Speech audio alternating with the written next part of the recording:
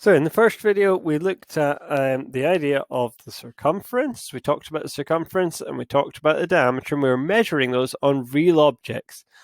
What we discovered by measuring it on real objects is we had this really nice connection that the circumference is equal to pi times the diameter.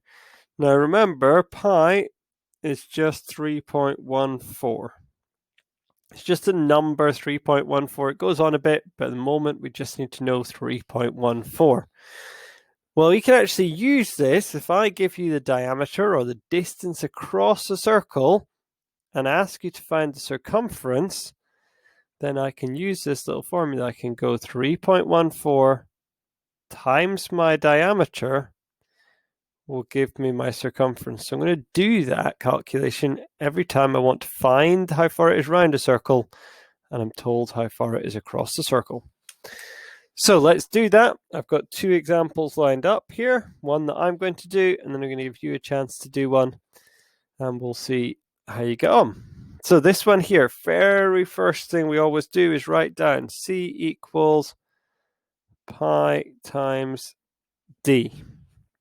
So that is our formula that we're working with, and we then start putting numbers in. So C equals, well, pi, this symbol here, is always 3.14.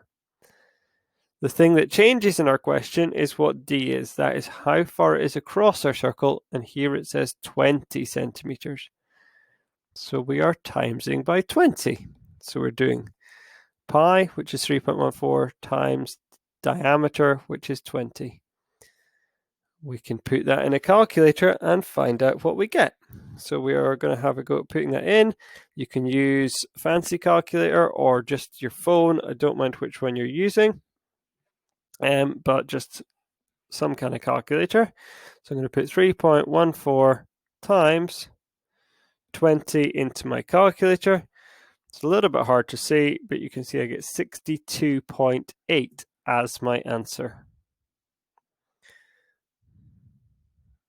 Now our original thing was in centimeters, so my answer is also a distance. So it's also going to be in centimeters.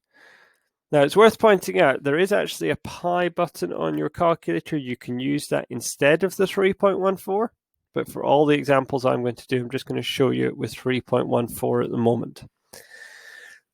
So have a go at your turn. So this is one for you to go do. Pause the video, see how you get on, and I will run through the answer in a moment. Great, so hopefully you paused.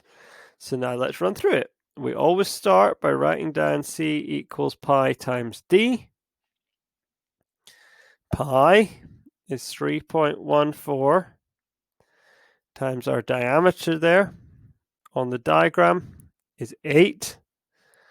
And then we want to get our calculator out. So hopefully you did that. So hopefully you went on your calculator and you got 3.14 and you timesed it by 8. On my calculator, there's a close-up, 25.12. So if you didn't get that, check your calculator work. But also if you're showing you're working, you can quickly check if you got that right. So when you're doing your questions, make sure you write the formula, put the numbers in, and then put it in your calculator to get an answer. So have a go at the questions that I have set for you. They are all very similar to this. So lay out your work in and have a go at a few of them, and then have a go at that check-in task to check that you have got this idea.